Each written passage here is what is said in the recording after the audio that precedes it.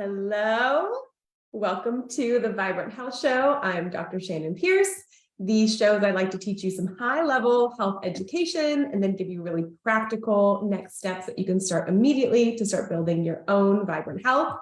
And today's topic goes right along with that. We're talking about food allergies, which is a hot topic full of lots of debate. So I'm going to dive into it all with you guys today. I'm going to open up my comments.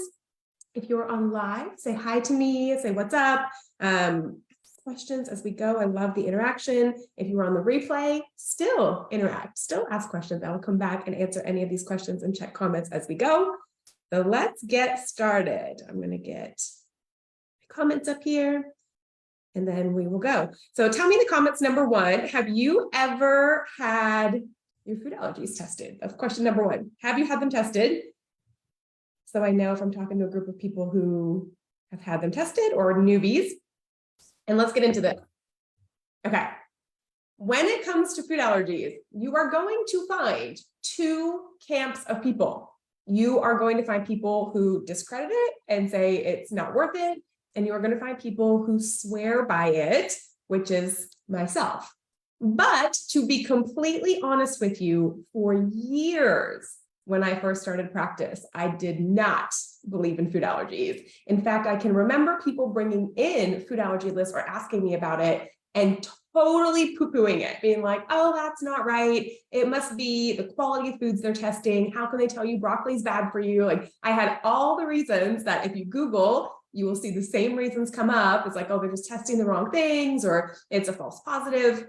And I just couldn't wrap my head around how we could be allergic to foods that are normally pretty healthy for us, right? Until I had my own personal experience, I'll talk about that today, and then dove a lot deeper in the actual research behind why food allergies are not only valid, but such a beneficial tool that we use with all of our private clients to really help individualize your food plan. So if you are here and you are not a believer in food allergies, I get it, I have been there. Hopefully by the end of our time together, I will convince you otherwise, but bring things up, questions you've had, things you've heard. I mean, we're here for the discussion, right? I'm open to talking through these things with you guys as well, so that you get real factual answers to some of your questions. So let's start first by probably the biggest misconception when we say food allergies is what people will determine a food allergy versus a food sensitivity. I believe that we have just got really snooty about the terminology that we want doctors to use about all kinds of different things. So you've probably heard me talk before about how the medical community doesn't believe in adrenal fatigue. They say, don't use that term. That's not a real thing. Adrenal fatigue is bogus. And they hate when natural practitioners use the term adrenal fatigue. I don't care what you call it adrenal insufficiency, call it adrenal fatigue. What I want to know is the health and function of your adrenal glands, right? So we don't get caught up so much in that terminology. The same thing is happening with food allergies versus food sensitivities. You will find people who get so annoyed when doctors call IgG food allergies an allergy, and they're really quick to say, that's not an allergy, that's a sensitivity. And I think a lot of the kind of miscommunication and the things going on starts with just how we're talking about and calling these things. So let me explain the difference between the two, and then however you want to call it, I am perfectly fine with. I don't care what you call it, what you name it. I care that you know what you're looking for and what it's doing for your body. So the biggest difference between food allergies, the one that most people are aware of is called your IgE food allergies. These are your allergies that are really obvious. They're the ones that cause like the anaphylactic reaction, your lips swell, your throat's closed. You think like a kid with peanuts or after you eat shrimp, and you have a very obvious, almost immediate reaction.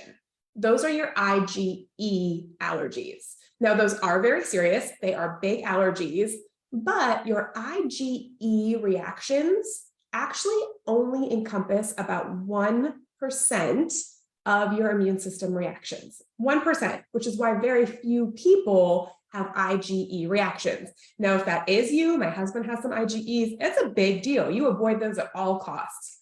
So I'm not saying that's not a big deal, but that's not what majority of the population is dealing with. Okay, so big deal, big anaphylactic ones, but most people are aware of that, and usually you know you have them. The other side that we test even more often is called your IgG reactions. Your IgG antibodies are actually made up of more than 70% of your immune reaction versus 1% of IgE, which means it's more likely that people will have an IgG reaction to foods rather than an IgE. Now, where the medical community comes in and says IgGs are not true allergies is because it doesn't have that immediate acute response. They are called delayed sensitivities in the medical community, but they still make an immune response. They still release an antibody, and you're still having a reaction to a food. Those are still allergies. Now, they are more chronic. They are less severe in comparison, but it is absolutely still an immune response. So if you were to ask me, both IgE and IgG are food allergies. They are just a different form, a different response, but equally as important to know about, because if you don't have IgEs, that's great. But what we're finding out is being exposed to foods that create an IgG reaction inside your body is contributing to chronic inflammation. In fact, some of the things that it's been researched and documented that these low-grade IgG reactions can cause are things like eczema and psoriasis. They're huge culprits for headaches, for people who have chronic headaches and chronic migraines. They contribute to IBS, constipation. They have lots to do with bloating. They even impact your mood, because anytime you have chronic inflammation circulating in your body feels like that's a stressor, and it can contribute to anxiety and depression and lots of different things. So the first thing I want you to realize is a food allergy, one, you don't have to have that immediate reaction. And two, it's not just a gut thing. A lot of people will say, well, I don't think I have any food allergies because there's nothing I eat that, makes me sick. That's not what we're talking about. We're talking about what foods are creating chronic inflammation in your body that could be contributing to almost any symptom that you're experiencing. That's the reason that we check IgG allergies on almost everyone we work with, because it's well known inflammation is at the root of almost all disease process, right? Chronic disease, degenerative disease, autoimmune disease, they all have an inflammatory component. So this is the most important thing I want you guys to know. You are not sick because of your food allergies. I don't believe that just a food allergy is the thing that's making whatever symptom you have present, but it is an incredibly powerful tool to help you minimize inflammation so that your body can actually heal, right? The premise of holistic healthcare is that your body needs no help to heal. It just needs no interference, which means the job of a natural or holistic doctor is to help you remove as many things that are blocking your body from healing as possible so that you can open up your innate capacity for your body to heal. So why wouldn't you want to know? Let's say there's 10 foods that your body is having a chronic inflammatory response to. Wouldn't it make sense that you should know what those 10 foods are and you should avoid them so that you have less inflammation, right? Even if you can't tell a huge difference with your digestion, or you weren't having a ton of symptoms in the first place, if your body is telling you there are foods creating inflammation, I want to know that. I want to minimize that. And it's also a much better way of making an individualized food plan, because if you go to a holistic doctor and you haven't had your food allergies tested, typically they're going to start you on an elimination diet. Raise of hands in the comment if you've ever been on an elimination diet. It's hard, right? That is not easy for anybody. So instead of avoiding everything to try and find out what you're sensitive to, getting a good, clean test that tells you black and white, it's actually white and blue. It comes back in blue ink, but in white and blue, what your allergies are, what your body needs to avoid, it's also going to remove a lot of the guesswork in your nutrition plan. So I am a huge fan. We're going to get into a lot more detail about this, but trust me, I was not a believer. And then through my own experience, I've become a believer, and now using it with thousands of people. We have run thousands of food allergy tests, and it's amazing the difference people can tell just by having that individualized information for their food allergies. So if you've not ever had a food allergy test before and you're interested in getting one, just comment below and I'll have my team follow up with you and be able to get that in your hands. It's wonderful. It gets sent right to you. It's a finger prick you do at home. You send it off, you get your results back in about 10 days, and it gives you all the information you're looking for. So if you want a food allergy test, just drop that in the comments and I'll make sure someone reaches out to coordinate that with you. But let me tell you what was really the 180 shift for me on food allergies. So we have always eaten clean, right? If you know my story, I started researching holistic nutrition and really early on because I had a lot of chronic health issues. So since I was 20 years old, I've eaten very clean, I've eaten very healthy, yet I always felt like it was never enough. I continually had migraine headaches. I had psoriasis head to toe until my late 20s, things I had had my entire life. And I felt like no matter how clean I ate or no matter how much exercise I did, those things would just never go away. In fact, they started getting worse. I started getting joint pain really bad. I would wake up every morning and my hands would hurt so badly. So the migraine headaches, the joint pain, and the skin issues just plagued me for decades. This went on and on and on. As I dove into doing some of my holistic testing, and if you know my story, it's not just food allergies, right? I had a chronic Epstein-Barr infection. There was a major hormone and adrenal imbalance. But one of the first tools that I implemented in my healing journey was my food allergy list. So when I did my very first food allergy test, I was 28 years old. This is when I hit rock bottom, my first introduction to really doing detailed testing. A food allergy test was one of the first things I did. When I got it back, I had 29 different food allergies that included healthy things like lemons, limes, ginger, coconut. I was allergic to coffee. I was allergic to chocolate. I was allergic to pepper. I was allergic to oat. I was allergic to so many things that I was eating every day, right? I was making a vegetable and citrus smoothie. Pepper was in everything. If you're a natural person, you use coconut oil in, on, and around everything. Like these were things I was having on a daily basis. And my first thought was like, this is crap. Like, there's no way this is true, right? I eat all of these things. I never have a digestive reaction to them, right? I don't run to the bathroom. I don't get bloated. I don't get stomach cramping. I don't notice anything immediately when I eat these foods. So I was really, really skeptical. One of the things that's important to understand about IgG allergies is that they are a delayed response. They're actually called a category 4 delayed response, which means you don't always get an immediate reaction. That's when testing becomes really important because some of these things I could not have pinpointed. I still probably today couldn't just pinpoint eating it and a symptom, but my body was telling me it was creating inflammation. So at this point, I was so sick. I was in so much pain. I was willing to do whatever. So even though I was still very skeptical, I really didn't believe the food allergy piece was going to work. It was one of the first tests that come back because we get it back a whole lot quicker than, say, a stool sample or a Dutch test. Those take longer to test. So the first thing that comes through to me is my food allergies. And I was like, all right, fine. I'm committed. I want to get better. I will do anything. I started avoiding them. And within 3 or 4 days, I woke up for the first time and it wasn't gone, but my hands weren't excruciatingly painful. My rings had got to the point where every morning I could barely get my rings off. I had so much inflammation. My rings felt a little bit loose. And I was like, okay, maybe this is a coincidence, right? So I went a few more days and my hands kept waking up, feeling not nearly as bad as they used to. And then I tested myself, which all of you guys do this, right? Don't lie. I was like, okay, let's see if that's really it. So then for me, coffee was the hardest thing for me to give up. That's like my vice. So I was like, okay, let's see if this is really it. So I had coffee the next day. And guess what? The morning after I woke up, my hands were swollen. My rings were tight, like same things again. It's like, okay, maybe there's something to this.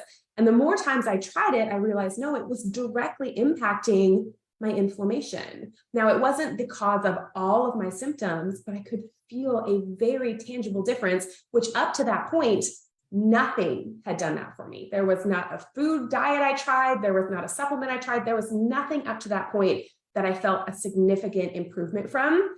So even just feeling that, I was like, okay, whether I believe this is real or not, I'm in. Like, I'm going to commit to this. And I did. You can ask my husband, you can ask my friends.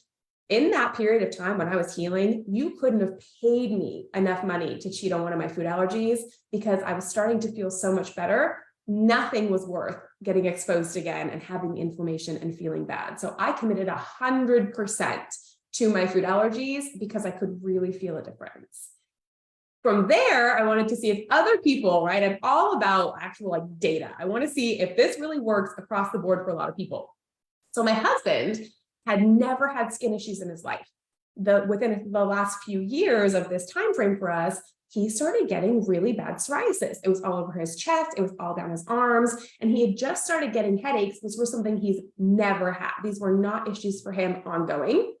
So just like I had got some results for my headaches and my psoriasis, we decided to test his food allergies. So we get his food allergy list back.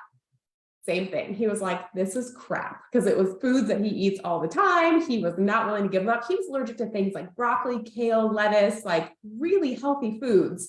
And he said the same thing. He's like, this is crap. In fact, he will tell you he didn't follow it. We had that list sitting on our kitchen counter for months. He didn't follow it. He didn't avoid them. Maybe he would do it for a day or two, and then he would fall off track, and he kept having them. And his skin kept getting worse and worse. And eventually it got so itchy. It was bothering him so badly. I was like, just try it. Remember, this had been sitting on the counter for months. I was like, just try it. I was like, give me a couple weeks. I want you to go all in. I'm going to prepare foods that have none of this in there for you. We're going to make sure we stick to this. Just see. And if a couple weeks from now you're not convinced, whatever, go back and do it, right? You gotta help him along a little bit. So he committed to me for 2 weeks. And in 2 weeks, his psoriasis had reduced by probably 30%. Again, it had only been getting worse and worse and worse. His headaches were lessening. His skin was finally clearing up. And then the same thing happened for him. He was like, you know what? I don't care if I believe in this or not. It's working. I'm going to follow through with this. And within a couple of months, his skin is completely clear, has been for the last almost 10 years now. But that was the difference maker for his skin. That was the thing that we were missing. And it wasn't because we were eating bad. We have always been healthy eaters. It's because we were missing what foods were not right for our bodies. That's why we test food allergies. It's to individualize your plan. And then after that, for the last 10 years, I've heard this over and over and over again. I just talked with a lady this week who's brand new to my program. So again, the only test she had back was her food allergies. We hadn't even started any of her protocols yet. The only change she's made was avoiding her food allergies. And she said, I can already feel my inflammation going down. My pants are a little bit looser. My rings are looser. She's like, it's the only change I've made in the last 2 weeks. And I already am starting to feel better. That alone is worth committing to following your food allergy list. So because of my own experience with my family and myself, thousands of people since then, I am an all-in, full-on believer in food allergies. There is nothing you can tell me that will change my mind. I've seen the proof over and over again. However, there is a very big difference in quality of testing. I'm going to come back and check on any comments that are in here. I see lots of people hopping on. Good to see all of you. Quality of testing is key. So because food allergies are, again, kind of gaining some popularity, there are a lot of tests you can get out there, right? There's lots of them on Groupon, there's ads everywhere, these ones popping up, and they are certainly not all created equal. What I look for, and I've actually used 2 or 3 different companies over the years, and I continue to go back to the one that we're currently using. It's called ImmunoLabs. It is by far my favorite company because they have been ranked, they've been in the business for 25 years now. They've been the longest in this space by far, but they have year after year after year won the awards for being the most reproducible. When you look at food allergies, that's the thing that matters the most. Can you reproduce my results over and over and over again? Or if you test me on Monday and you test me on Thursday, is my list completely different? Because then you're not getting accurate, true allergies. You're getting reactions to food in the short term. Reproducibility over time is what you're looking for when it comes to food allergy testing. And what allows it to be reproducible is that they test, there are 4 different strains, 4 different versions of your IgG allergies. Testing all 4 of them, make sure you're not getting false positives and false negatives. That becomes really, really important because I have seen some people's food allergy lists and they can change every couple of weeks. Your body shouldn't change that quickly. Now, your food allergies do change. We're going to talk about that in a second, but consistently, you should be able to reproduce the results in 3 to 6 months of time. which this company does. Some of the other ones, not so much. I know there's a lot of popular ones out there. A lot of people ask me about them. My answer is probably I don't love them. There's only a couple people out there really doing it right. It is worth paying a little bit more to get an accurate test, right? It's not worth to pay less to get information that might not be accurate or valid. So Immunolabs is the one I love the best.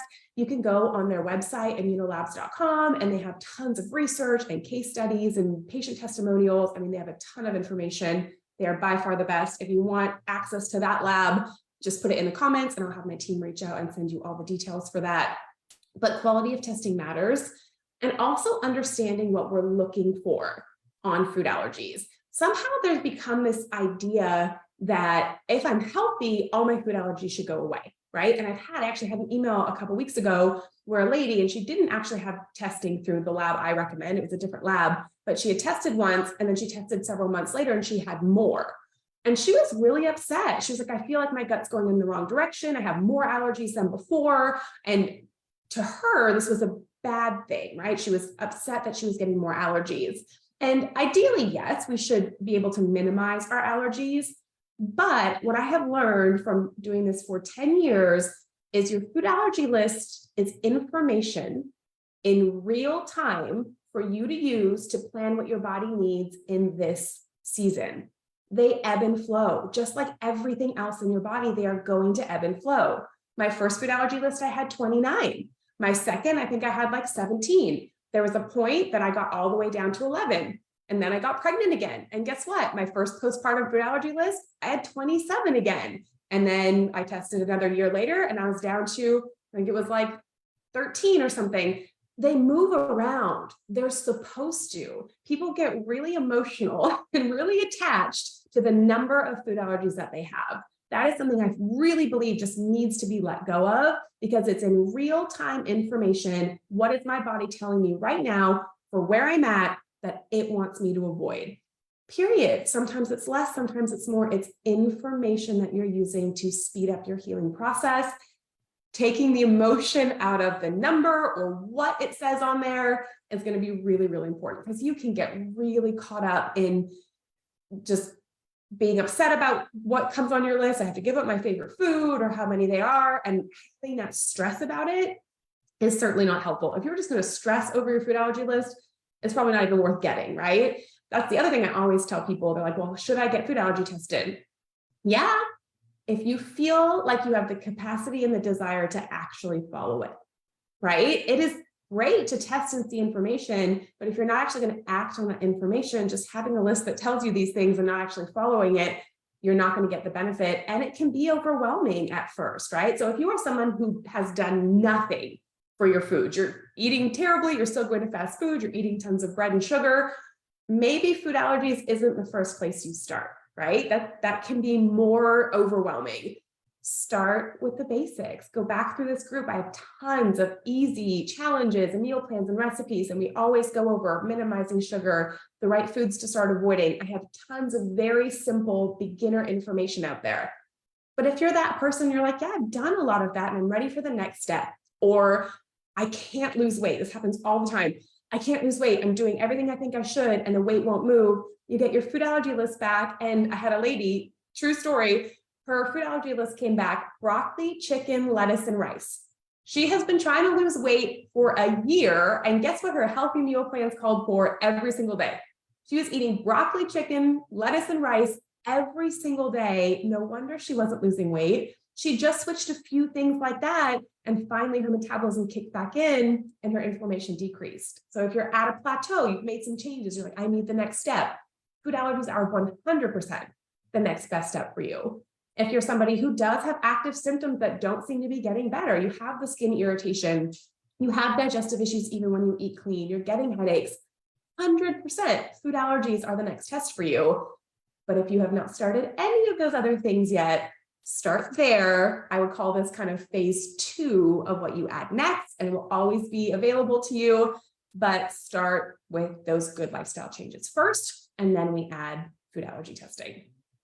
I also love food allergy testing for kids. I test my kids every 2 years, and it really, really helps. My son, he actually was getting this chronic cough, and we thought it was allergies. and turned out it was, but food allergies.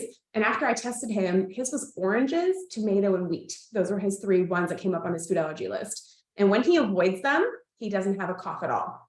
When he eats wheat, because every once in a while at school or he'll go to a birthday party, he'll get some stuff that we don't usually have in the house. And I can always tell, I call it his gluten cough. 2 days later, he starts this kind of hacky, low-grade cough, and then I'll get really tight up again. I'll make sure he doesn't have any wheat or gluten, and the cough goes away. And this has been happening for years for him. It's just the food that seems to trigger his immune system. So kids with eczema and psoriasis, kids with digestive issues, kids who have a lot of allergies or coughs that seem persistent, food allergies are such a beautiful way to just identify if there's anything we can remove from their body that helps them heal faster. So I test my kids, we abide by their lists as well. I think it's a really great tool for everybody. I mentioned this before, but we use immunolabs. So it's a fingerprint kit that gets sent right to your house. It is by far the best kind of company in the business for that. They're the most reproducible. They've won lots of awards for being a really reputable company. You want to be very careful where you get your food allergy testing from. I'm a big stickler for that. Love it. I do see lots of questions, but I know I kind of went on for a while. So I'm going to come back and answer the questions in the comments when I'm done, just to keep this clean and easy for you guys. So lastly, I want to hit on, and then I'll just kind of go over the high points again.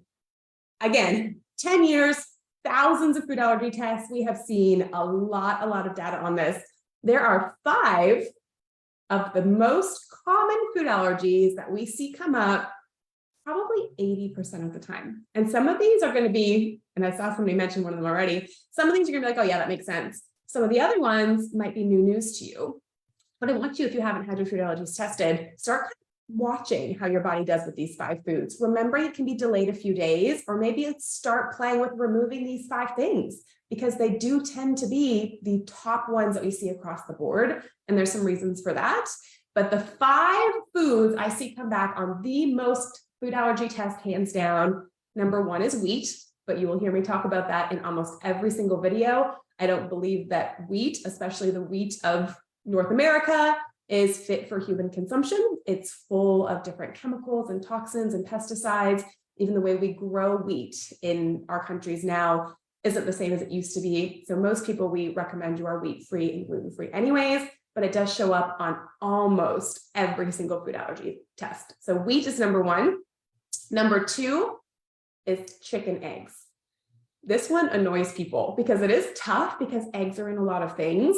And technically we just check chicken eggs. So most people are okay with duck eggs or quail eggs. So you get a substitute, but eggs, and here's my theory on this, and it's a pretty educated theory, but eggs, if you're in like a science lab and you're trying to grow bacteria or yeast or viruses, they use an egg base, right? So eggs are really a breeding ground for infections, for inflammation. So eggs, if you have any other imbalances in the body, like Epstein-Barr or gut infections or yeast overgrowth, eggs are going to flare that up. And when it flares that up, you're going to have an immune response and you're going to get flagged as a food allergy. So I believe eggs for a lot of people are triggering some of those symptoms. Yet we always think that's a healthy option, right? Whenever we want to do a good food plan, it's like, great, I'm going to do hard-boiled eggs. I'm going to do eggs for breakfast, then I'm going to do a salad for lunch. What if the great, wonderful, healthy food you're adding in, your body's reacting to? I get extra pushback if you're somebody who raises your own chickens and has your own eggs, because we're not looking at dirty, like bad quality of eggs. We're looking at the actual egg protein. So it truly doesn't matter what you feed your eggs or how you raise your chickens. I'm sure you do a great job. It's the protein of the egg that your body's reacting to. So that's always a hard conversation when somebody has put a lot of time and effort into that. But you can switch to ducks, maybe try something different. But eggs is a big one. Number 3 is cow's milk. I don't think that's a shocker for most people. We advocate much more for sheep, goat, or doing a non-dairy, like a coconut type of a milk instead of cow's milk anyhow, but that comes up on a lot. And then the 2 that in the beginning for me were really surprising, but now the more I see them, they're very, very common, is tomato and black pepper, like your seasoning black pepper. Those 2 come back on 8 out of 10 food allergy lists because they're small, they have an acid component, they get in the bloodstream, they create more irritation. So we see those ones over and over again as well. So we have wheat, eggs, cow's milk, tomatoes, and black pepper. Top 5 that we see the most often. if you're curious about if those are on your list as well, number one, you can get tested or try and cut them out for a few weeks and see what that does to your body as well. That's a good educated place to start because they do tend to be some of the most common allergies. So I thought those were interesting when I first started doing food allergy testing. I didn't know that those would be things that were the most irritating component. So we covered a lot today. We covered that both IgE and IgG reactions in the bloodstream are important to know. They have different reactions in the body. Your IgG is your anaphylactic. Those are allergies most people are aware that they have. Your IgG is your low-grade chronic inflammation. They are delayed sensitivities. The inflammation sticks around a lot longer. And those are really the ones at the root of majority of your chronic issues, like skin issues, headache, inability to lose weight, inflammation, digestive issues. IgG allergies are the one that contribute more to those chronic type of issues. I shared my story about what made me a firm believer, and that we see it over and over and over again, that you really can tell a pretty dramatic difference when you avoid your food allergies and the amount of inflammation in your body. And that testing is so important. A reputable company tested the right way so that you're actually getting information that's relevant and valid for you. I like Immunolabs. Again, if you want access to that, just drop it in the comments and I will have my team reach out and give you all the information about the testing. And then you can get your own list and try it and then come back and tell me your experience. What did you notice? Did I make you a believer? How did you do with that? I love to hear people's stories. So I really appreciate you guys hanging out with me and joining every week for another episode of the Vibrant Health Show. I'll come back and answer all of your questions later today. Then I'll be back next week. Next week, we're talking about vitamin D, and we're going to dive deep, not just surface level information, but why it's important, what types you need, how's the best way to get it in your body. I think there's a lot of miscommunication around that topic as well. So we'll chat about that next week, and I'll see you there.